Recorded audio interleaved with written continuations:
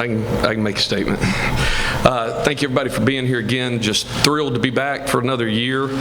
We've really tried to kind of stay on the same course that we had a year ago with our off season, which is really about focusing on relationships between our players and our coaches. Coach Spent spoke about it earlier, just the fact that we have a lot of new on defense. We have 4 new position coaches. We have 2 new high quality, quality control guys in, and 2 new GAs from a coaching staff standpoint. So 8 new guys in our room on defense.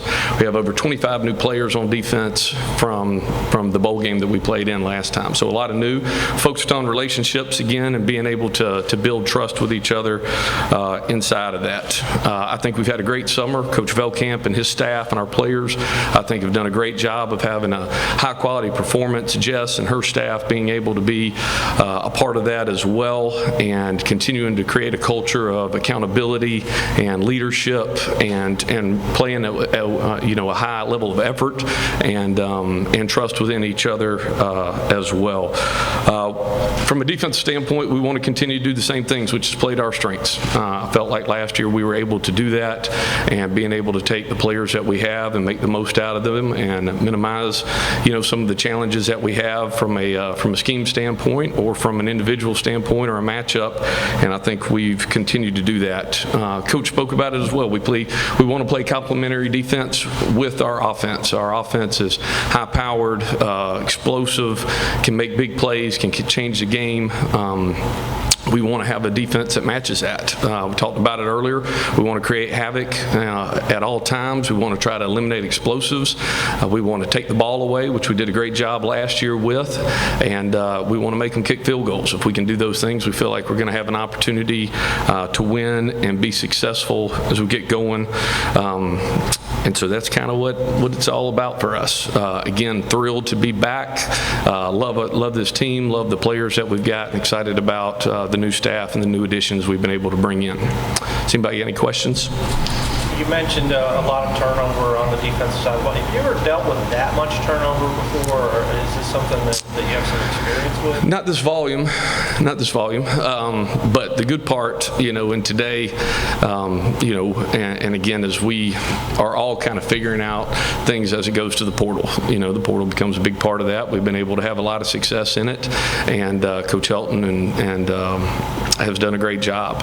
We've been able to bring in some high quality people, first of all, I would say, and then guys that have been able to help us, from a football standpoint also. From a staff, no, not to bring in a whole new group. I do feel like we've brought in guys that are extremely, extremely intelligent. A lot of them are younger guys that are coming from good places and have been trained by some of the best coaches and some of the best programs in the country. So we're excited to see what they're able to do. And again, as long as you have relationships and trust, we've got a chance to be successful. Is there a particular position group that's kind of a focus for you going into this fall that maybe might need a little extra attention? Well, I would try to say that really with all of ours, we try to limit how many techniques each position has. That's kind of where, again, from a high volume standpoint of techniques, where it can get really hard to be good if you're asking to be great at 10 different things.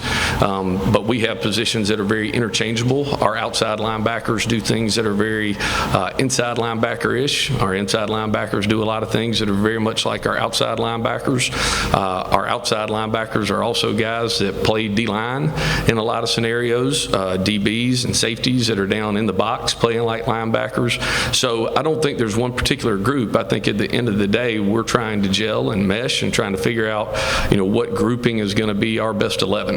And that changes from week to week. We're going to play a lot of different styles of offense. Last year we played teams sometime there were 4 wide receivers, sometimes no wide receivers. You turn around the next week and you're playing somebody that's playing with 2 and 3 tight ends, or an offensive lineman in a tight end position. So we're trying to figure out how to win that week with the position we got, and we're trying to play a lot of players. I think one of the real strengths we had a year ago was playing a high number of players. We were playing 25 to 30 guys in every game, and significant snaps. And I think the opportunity to be fresh, limit injuries, I think that was able to help us, particularly as we, we're really good in the takeaway margins, and we're really good at being able to finish out drives and make people kick field goals. But I think it all kind of goes into that. Yeah, I was just mentioning that takeaway margin. Is that characterized by you guys just taking a few extra chances, or are they just really ball hawks like that, are just able to make plays? Well, I think we have ball hawks for sure. I don't know exactly what the number was last year, but our outside linebacker room, I know between Donut and Aaron Key, they both had a number of touchdowns last year. Those things are really hard to come by, and when you start adding in analytics, and analytics tells you that if you score a defensive touchdown, you're at like a 94% rate of winning the game. So we're trying to find ways to be able to do that. I do think we have great alignment between our head coach and myself and our staff and our players on kind of who we are. And what I mean by that is the ability to have different packages and to be able to bring pressure, to be able to make it hard on the quarterback. Those are kind of our goals, and I think that our players are very opportunistic in opportunities to be able to try to get the ball out. Did we work it? Yes, sir. Very first thing they do every day when they come out onto the field for practices, they are immediately going into some version of a takeaway circuit.